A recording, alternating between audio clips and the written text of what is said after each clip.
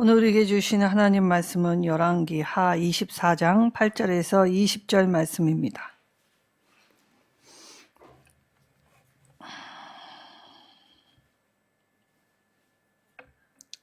열왕기하 24장 8절에서 20절 말씀, 구약성경 605쪽입니다. 제가 하나님 말씀 받들어 읽도록 하겠습니다. 여호야긴이 왕이 될 때에 나이가 18세라. 예루살렘에서 석 달간 다스리니라. 그의 어머니의 이름은 누수다요 예루살렘 엘라딘의 딸이었더라. 여호야긴이 그의 아버지의 모든 행위를 따라서 여호와 보시기에 악을 행하였더라. 그때 바벨론 왕 느부갓네살의 신복들이 예루살렘에 올라와서 그 성을 에워싸니라. 그의 신복들이 에워쌀 때에 바벨론 왕 느부갓네살도 그 성에 이르니 유다 왕 여호야긴이 그의 어머니와 신복과 지도자들과 내시들과 함께 바벨론 왕으로 나아가매 왕이 잡으니 때는 바벨론 왕 8째 해이라. 그가 여호와의 성전의 모든 보물과 왕궁 보물을 집어내고 또 이스라엘 왕 솔로몬이 만든 것 곧 여호와의 성전의 금그릇을 다 파괴하였으니 여호와의 말씀과 같이 되었더라. 그가 또 예루살렘의 모든 백성과 모든 지도자와 모든 용사 10,000명과 모든 장인과 대장장이를 사로잡아가매 비천한 자 외에는 그 땅에 남은 자가 없었더라. 그가 여호야긴을 바벨론으로 사로잡아가고 왕의 어머니와 왕의 아내들과 내시들과 나라의 권세 있는 자도 예루살렘에서 바벨론으로 사로잡아가고 또 용사 7,000명과 장인과 대장장이 1,000명 곧 용감하여 싸움을 할 만한 모든 자들을 바벨론 왕이 바벨론으로 사로잡아가고 바벨론 왕이 또 여호야긴의 숙부 마따니아를 대신하여 왕으로 삼고 그의 이름을 고쳐 시드기야라 하였더라. 시드기야 왕이 될 때에 나이가 21세라. 예루살렘에서 11년간 다스리니라. 그의 어머니의 이름은 하무다리요 림나인 예레미야의 딸이더라. 그가 여호야김의 모든 행위를 따라 여호와 보시기에 악을 행한지라. 여호와께서 예루살렘과 유다를 진노하심이 그들을 그 앞에서 쫓아내실 때까지 이르렀더라. 시드기야가 바벨론 왕을 배반하니라. 아멘. 자, 세상에 미움받을 용기, 그 용기로 사는 사람들이 바로 그리스도인들입니다. 자, 영국에서 프로테스탄트라고 하는 개신교들은 이 카톨릭의 핍박을 받았습니다. 그래서 신앙의 이 자유를 찾아서 메이플홀을 타고 이 지금의 미국 땅이 있는 곳으로 이주하였지요. 자, 이주하였을 때 그 땅은 척박하고 인디안들, 거기 원주민들이 살고 있는 땅이었습니다. 그래서 사실 그 이주해 온 것도 힘들지만 그 땅에 뿌리 내리고 사는 것도 쉽지 않았지요. 자, 그때부터 자유민주주의가 형성될 때, 자, 정치와 종교는 분리가 되어 있습니다. 자, 그리고 기독교는 나라의 위급한 상황에서는 언제든지 정치에 관여할 수 있지요. 그래서 기독교인들은 특별히 우리나라 이 일제의 압제에 있을 때 많은 기독교인들이 나라의 독립을 위해 목숨을 내밀고 이 투쟁하며 이 자유민주주의를 쟁취하였습니다. 자, 그럴 때 정치는 종교에 관여할 수 없습니다. 그것이 자유민주주의의 기반입니다. 정교 분리. 그러나 종교는 얼마든지 정치에 관여할 수 있지요. 자, 구약에 이 지금 멸망의 유다의 이 세계관 안에서 이 충분히 정교 분리, 그리고 거기에 종교는 정치가 잘못 갈 때 얼마든지 이야기할 수 있었습니다. 그러나 유다의 왕들은 이 하나님이 보내신 선지자들의 말을 듣지 않았습니다. 자, 사사시대에 이스라엘이 왕을 요구하였습니다. 우리도 왕을 달라고. 그럴 때 하나님이 만약에 세상 왕들과 같은 왕을 너희에게 허락해 준다면 그 왕들은 너희에게 오히려 올무와 압제를 주게 될 것이다 라고 경고하였지요. 그런데도 이스라엘 백성들은 우리도 왕을 주옵소서, 우리도 다른 나라와 함께 발맞추어 가야 하니 우리에게도 왕이 필요합니다 라고 요구하였습니다. 자, 하나님의 말씀을 따라서 살았더라면 사실 주님이 우리에게 지워주는 멍에는 가장 가볍고 쉽지요. 그래서 주님이 메워주신 멍에는 기쁘게 짊어지면 됩니다. 그런데 이 유다의 왕과 백성들은 하나님이 짊어주는 이 멍에가 싫다고 거절을 하게 되었죠. 그래서 하나님이 주시는 멍에가 아닌 세상이 주는 멍에를 짊어지게 하였습니다.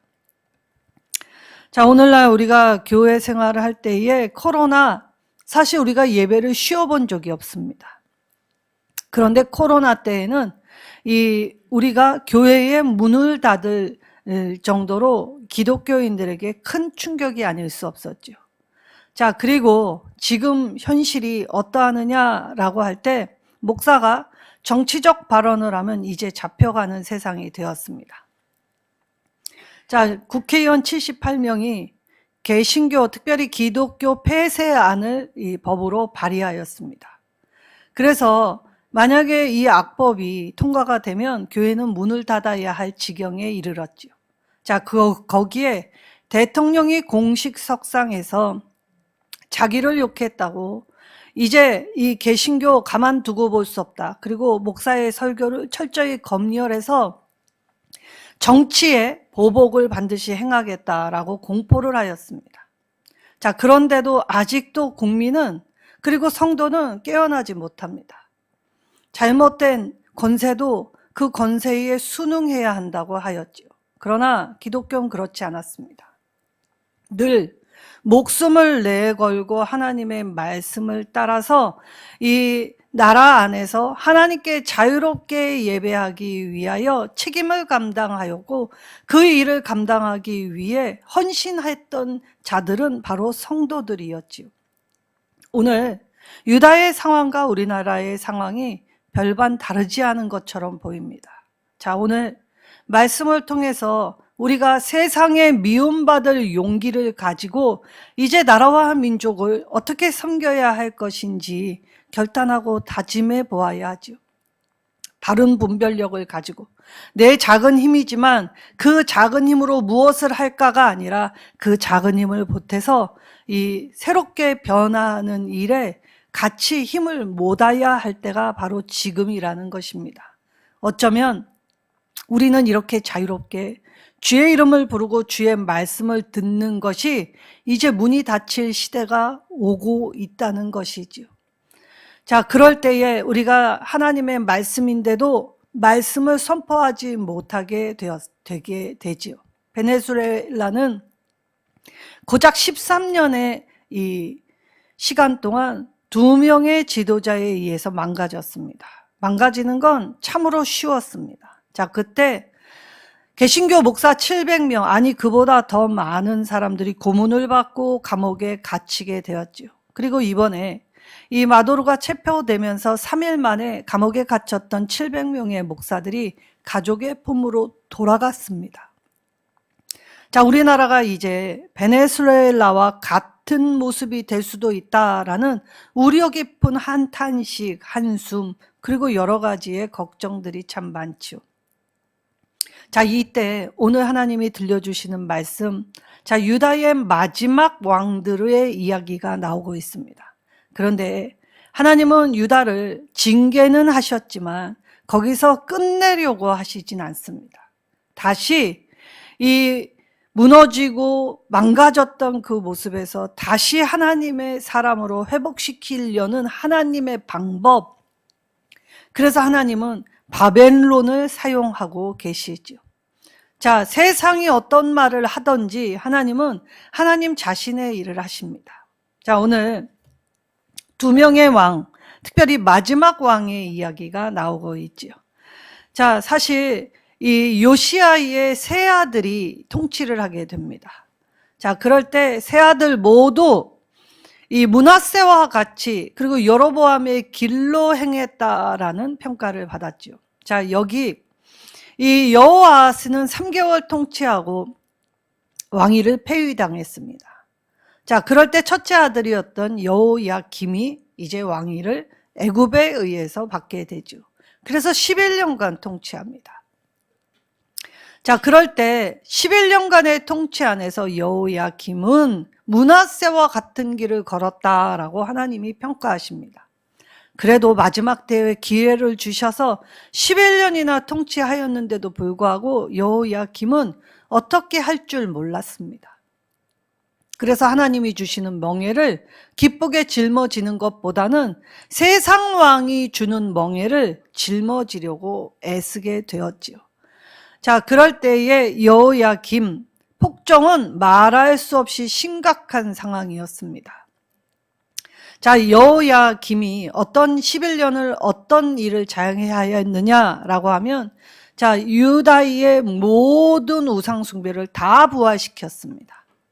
세상에 이런 일이, 이런 법은 없었다. 여지껏 그래도 이 나라가 이 멸문지화의 코앞에 있었어도 이런 일은 있은 적이 없었다 싶을 정도로 이 아버지 요시야의 길을 따르지 않습니다.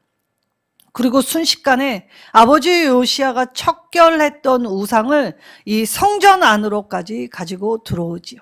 자, 그리고 나서 자, 사람들은 살기가 힘들면 흉흉해집니다.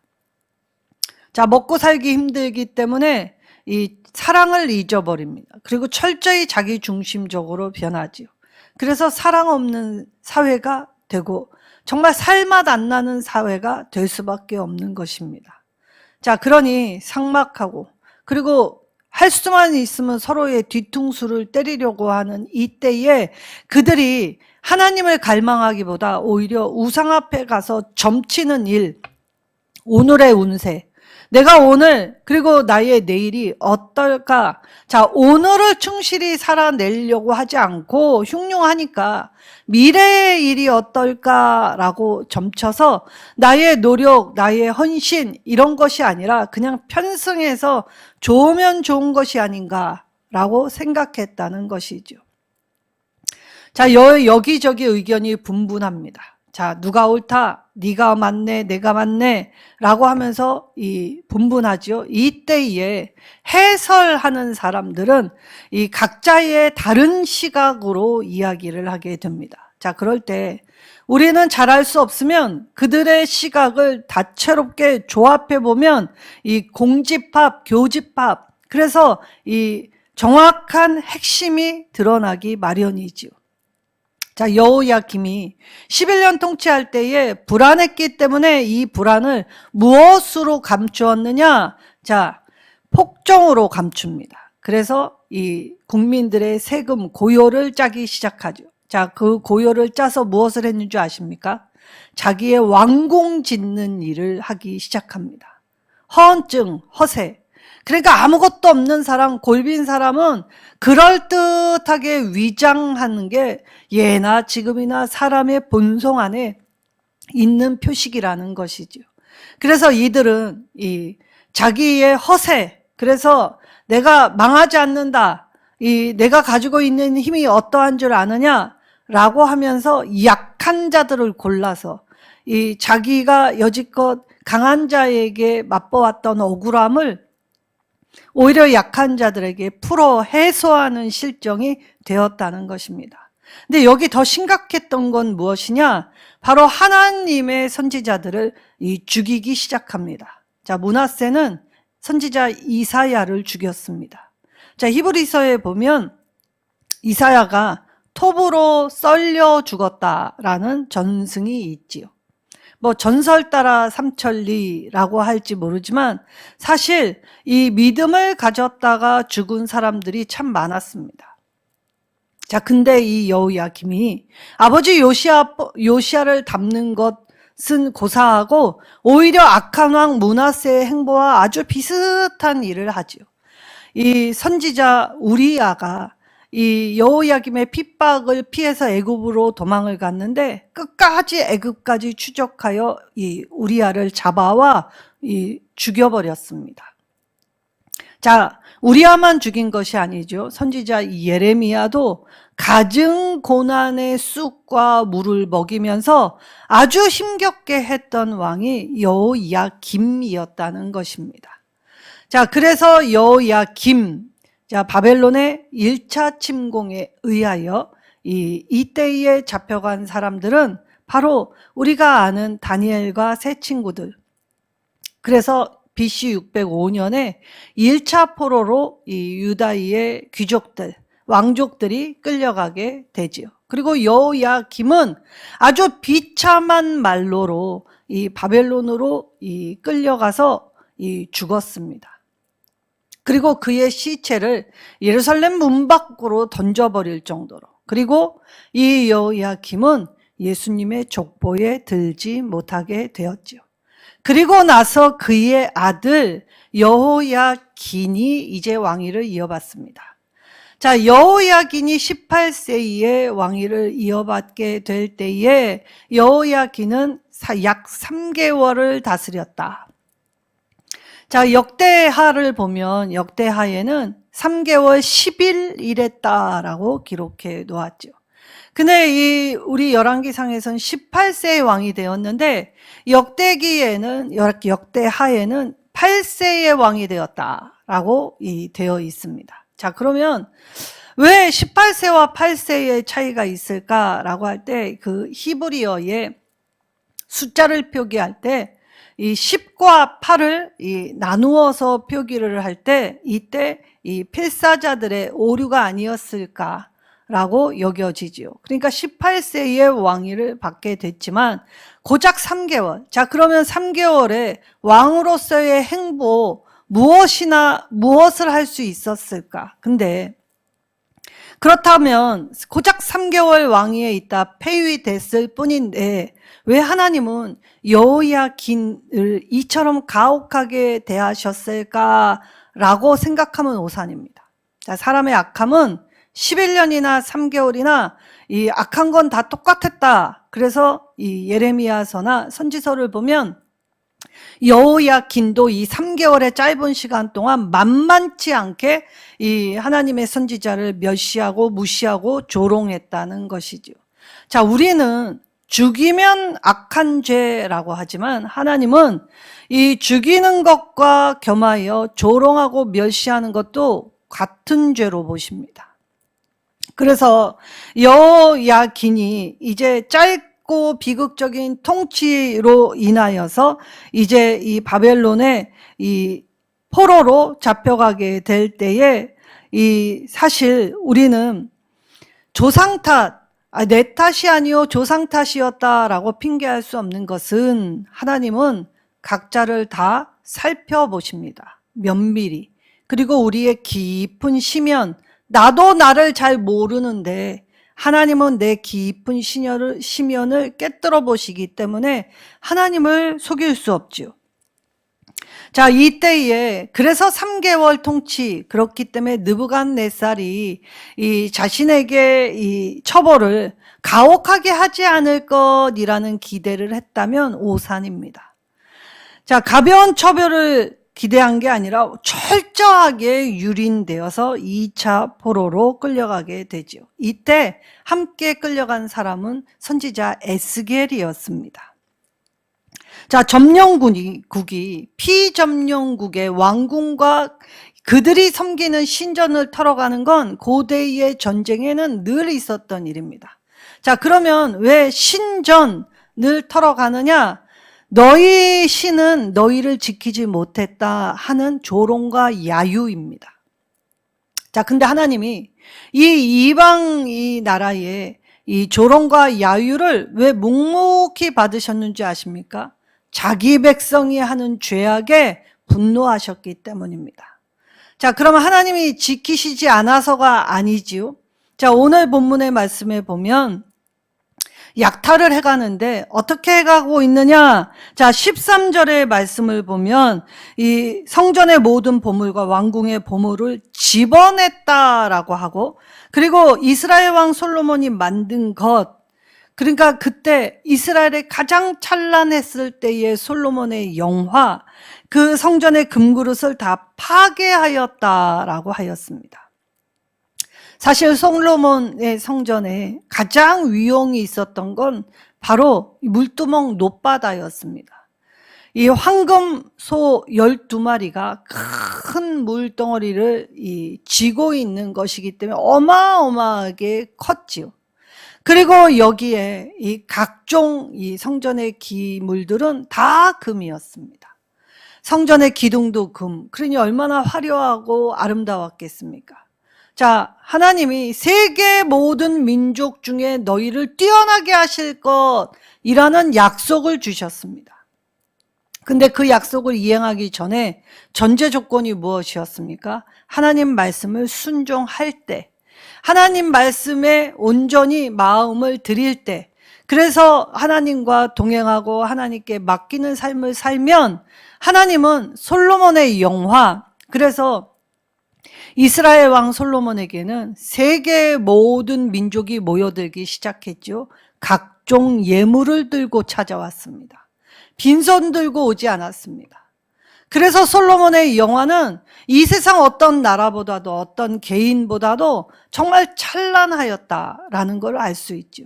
그런데 오늘 이스라엘이 오히려 역으로 반격을 당했던 이유는 하나님을 버렸을 뿐입니다. 하나님 한 분만 버렸을 뿐인데 오늘 솔로몬의 영화는 고사하고 오히려 이방이 와서 이 파괴하기 시작하는데 잘근잘근 씹어 쪼개 집어냈다라는 것이죠. 자, 그러면 왜 이방 이 군대는 이처럼 잘근잘근 쪼갰을까요? 움직이기 쉽게 만들기 위해. 왜냐? 승정국의 군대에게 주는 전리품이었습니다. 그러니 전리품을 다 나누어 주려면 이 값진 거 다 가지고 가야 하죠. 근데 그 있는 그 상태로 가져가면 가져갈 수 없습니다. 그래서 이동하기 쉽게 쪼개었던 것이죠. 그리고 철저히 유린을 당하게 되었습니다.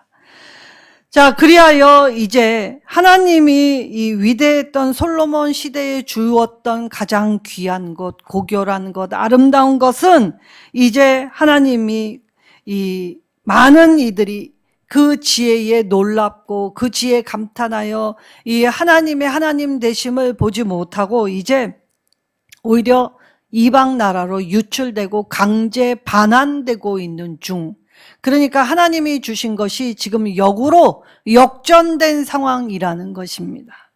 자, 이때 바벨론이 지금 1차, 2차 여호야긴 때까지 2차를 하죠. 그리고 마지막 왕이었던 시드기야까지 할 때 3차에 걸쳐서 이스라엘에 있던 군대와 대장장이와 귀족과 그리고 고관 대작들 모두 다 끌고 나아갑니다.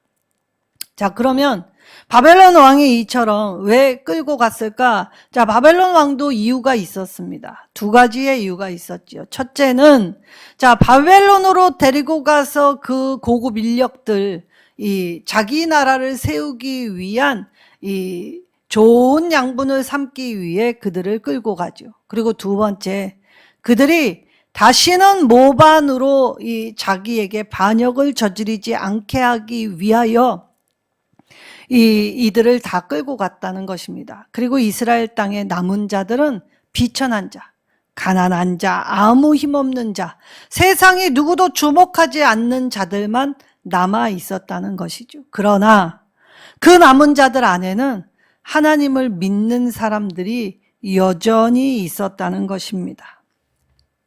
자, 그래서 약속의 땅에는 여전히 하나님의 사람들이 살게 되었지요.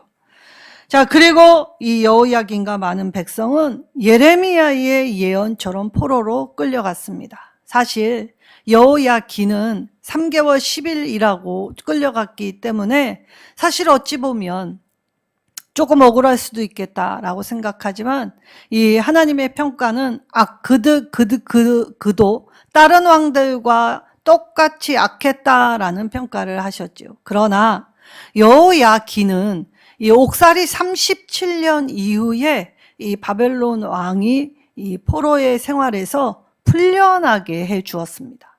그래서 노후에는 왕의 식탁에서 평안히 먹고 또 평안히 거주할 수 있는 회복을 맛보게 되었지요. 하나님은 여호야긴의 이러한 처사를 통해 이스라엘에게 소망을 주고 계시는 것입니다. 자, 이제 끝났다, 안 된다라고 하였지만 하나님이 회복시키면 그 감옥의 자리에서 왕의 식탁 자리로 순식간에 옮길 수 있게. 그래서 우리는 안 된다, 못한다 하지만 하나님의 때에 하나님이 하시면 얼마든지 가능한 일임을 여호야긴의 이 행보를 따라 예표. 그래서 우리에게 미래의 소망, 하나님이 회복시켜 주실 것을 다짐하고 그것을 바라보고 견디게 해 주셨다는 것이지요. 그리고 세 번째 시드기야 꼭두각시 왕이었습니다. 자, 여호야김의 아들은 여호야긴이었지요. 근데 이제 요시야의 세 번째 아들이었던 이 마따냐라고 하는 이름이 개명된 시드기야. 자, 우리나라도 일제 시대에 압제를 받게 될 때 창씨개명이라는 것이 있었습니다. 자, 부모가 내 이름을 지어준 이름이 아니라 일본식 이름으로 불리게 하였죠. 자, 일본이 그럼 왜 이러한 정책을 취했습니까? 바로 민족의 정체성을 와해시키려는 의도를 가지고 이름을 바꾸는 것입니다. 자, 그러면 이스라엘의 왕들은 각자의 다 자기 이름이 있었는데도 불구하고 자, 애굽 왕이나 바벨론 왕이나 그들의 이름을 바꾸죠. 그래서 시드기야는 바벨론 왕이 붙였던 이름입니다. 자, 허수아비 왕이었죠. 자, 이때 요시야의 세 번째 아들이었지만 자, 시드기야도 마지막 11년을 다스리게 되죠. 그러나 시드기야도 별반 다르지 않습니다. 인간의 역사는 다람쥐 쳇바퀴 돌듯이 돌고 도는데 변하지 않더라는 것이죠. 그래서 이 꼭두각시 왕도 여전히 악했다라고 하였습니다. 자, 그리고 이 특별히 오늘 열왕기하 24장의 중요한 주제가 무엇이냐? 바로 반역이었다는 것입니다. 자, 오늘의 친구가 내일의 적이 되고, 자, 내일의 적이 오늘의 친구가 되는 건 바로 내 실리, 내 이익에 의해서 얼마든지 바꿀 수 있는 얍살함, 우리의 정말 넘치는 가벼움 아니겠습니까? 그래서 유다의 왕들은 하나님께 맡기고 하나님의 처사를 바라보기는커녕 오히려 이방을 숭배하고 이방의 점을 치며 그래서 내 미래를 점치게 될 때 오히려 하나님은 조롱하듯이 하나님의 심판이 그들에게 임하게 될 때 자, 시드기야 마지막 왕은 사실 공성전으로 포위가 되었습니다. 자, 그럴 때 포위가 되면 우리는 이 열왕기 상에서 사마리아 성이 포위가 아수르에 의해 포위됐을 때 어떻게 되었는지 보았습니다. 인간으로 하지 말아야 할 처참한 일들이 일어나기 시작하죠. 생명을 생명으로 대하지 않습니다. 그리고 사람은 사람을 잡아먹는 수준에까지 도달하게 되었지요. 자, 이때 이 시드기야 마지막 왕은 11년을 통치하면서 세상 왕의 이 간을 보고 눈치 보다가 결국 이 백성을 버리고 밤중에 성문을 열고 도망하다가 걸립니다. 자, 그러니까 괘씸죄가 적용이 되어서 마지막 왕 시드기야는 이 바벨론 느부갓네살이 보낸 신하들에 의해서 두 눈이 뽑힙니다. 아주 처참하죠. 그리고 두 눈이 뽑히기 전 자신의 아들들의 처형 장면을 두 눈으로 목도하게 하였지요. 자, 하나님이 주시는 능력을 가질 때 바르게 사용하지 않으면 하나님은 그것을 다 걷어가십니다. 걷어가실 뿐만이 아니라 인생이 맛보고 감당할 수 없는 처참함 속에 허덕이게 만드셨지요. 그래서 시드기야는 두 눈이 뽑히고 처참하게 바벨론으로 끌려가 죽임을 당했습니다. 바벨론에 짓밟히고 그리고 남은 자는 서로가 배신하는 소용돌이에 휘말려 있을 때, 자, 우리는 더 이상 살 소망이 끊어지고 신락 같은 희망이 어디에도 보이지 않지요. 그러나 하나님은 여전히 그들 곁에 선지자들을 붙여주셨습니다. 그리고 선지자들로 통하여 하나님의 말씀을 듣고 회개하여 하나님 주시는 회복을 보라 라고 말씀하셨죠. 자, 그렇다면 오늘 우리가 당하는 우리가 감당할 수 없다고 느껴지는 고통과 환난 속에서, 자, 우리가 제일 먼저 무엇을 해야 하느냐? 첫 번째, 하나님의 훈육 앞에 겸손히 엎드려야 합니다. 자, 터달아서는 안 됩니다. 왜입니까? 라고 하지 말아야 하죠. 왜냐? 그건 내가 여지껏 쌓은 악으로 시작됐기 때문이지, 그걸 하나님이 어떤 의도를 가지고 우리에게 행하심이 아니라는 것이죠. 하나님은 오래도록 쌓으셨습니다. 자, 참아 기다려 주시며 하나님이 인내하셨지요. 그래서 우리는 하나님의 훈육, 자, 내가 감당할 수 없다 생각될 때에도 하나님께 무릎 꿇고 이 하나님의 말씀을 들으려고 노력해야 합니다. 내가 하나님 말씀 들으며 미처 깨닫지 못한 건 무엇이 있는지 돌아보아야 하지요. 자, 예수님은 이렇게 말씀하셨습니다. 내가 세상에 검을 주러 왔노라 라고 하셨습니다. 화평이 아닌 검을 준다라는 말이 무엇일까요? 자, 예수님 때문에, 예수님을 믿으면 오히려 우리는 세상의 적의의 대상이 된다는 것이죠. 그러니까 가뜩이나 살기 힘든데 그리스도인들의 삶에는 고통스러운 순간순간이 너무나 많다는 뜻입니다. 그러나 이 싸움은 거기에서 멈추지 않습니다. 궁극적인 결론이 있지요. 우리가 이 많은 환난을 가지고 견디고 버티어 그것으로 감당하게 될 때의 결과는 하나님께서 깊은 평화와 기쁨을 맛보게 하신다라고 약속해 주셨던 것입니다. 그래서 우리는 오늘 문제가 있을수록 하나님 앞에 나의 죄악은 무엇인지 돌아보고 점검해 보는 시간을 가져야 하지요. 자, 솔로몬의 영광은 기억으로만 남았습니다. 그러나 하나님은 자신의 백성을 향한 하나님의 은혜를 거두신 적이 없지요. 훈육은 하셨지만 은혜는 거두시지 않았습니다. 바벨론에서 70년을 살고 돌아오면 고토 진흙더미에서 다시 일으켜 주실 것이라는 말씀을 하셨지요. 자, 그럴 때 하나님이 이처럼 자기 백성을 결코 버리시지 않고 돌보신다는 걸 붙잡을 때 우리는 하나님을 무섭고 두려운 존재로 인식하는 것이 아니라 다시 회복시키는 그 약속 가운데 거하게 될 때에 반역만 반복하다가 늘 깨닫지 못하고 우매하게 그렇게 죽을 수밖에 없는 인생인데 하나님이 간섭해 주신 것이 얼마나 큰 은혜인지를 깨달을 수 있지요. 사실 로마서 1장에는 하나님의 말씀을 따라 살지 않는 자들, 순리를 영리로 바꾸는 자들, 자기 욕망을 이루는 자들을 하나님은 간섭하지 않으십니다. 이 땅의 짧은 생애 동안 네 마음대로 살라고 내버려 두시죠. 그런데 하나님의 백성에게는 하나님이 작은 것도 간섭하십니다. 자, 그렇다면 오늘 이 하나님의 간섭이 얼마나 큰 은혜였는지를 깨닫는다면 오늘 말씀 듣고 내 삶의 돌이킴, 변화하는 모습이 되어야겠지요. 자, 영적 정체성, 우리가 똑바로 행사하고 똑바로 가지고 나아가야 하는 것입니다.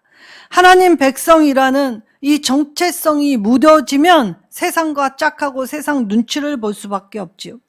하나님 백성은 살아계신 하나님의 말씀 안에서 자기 정체성을 찾는 사람들입니다.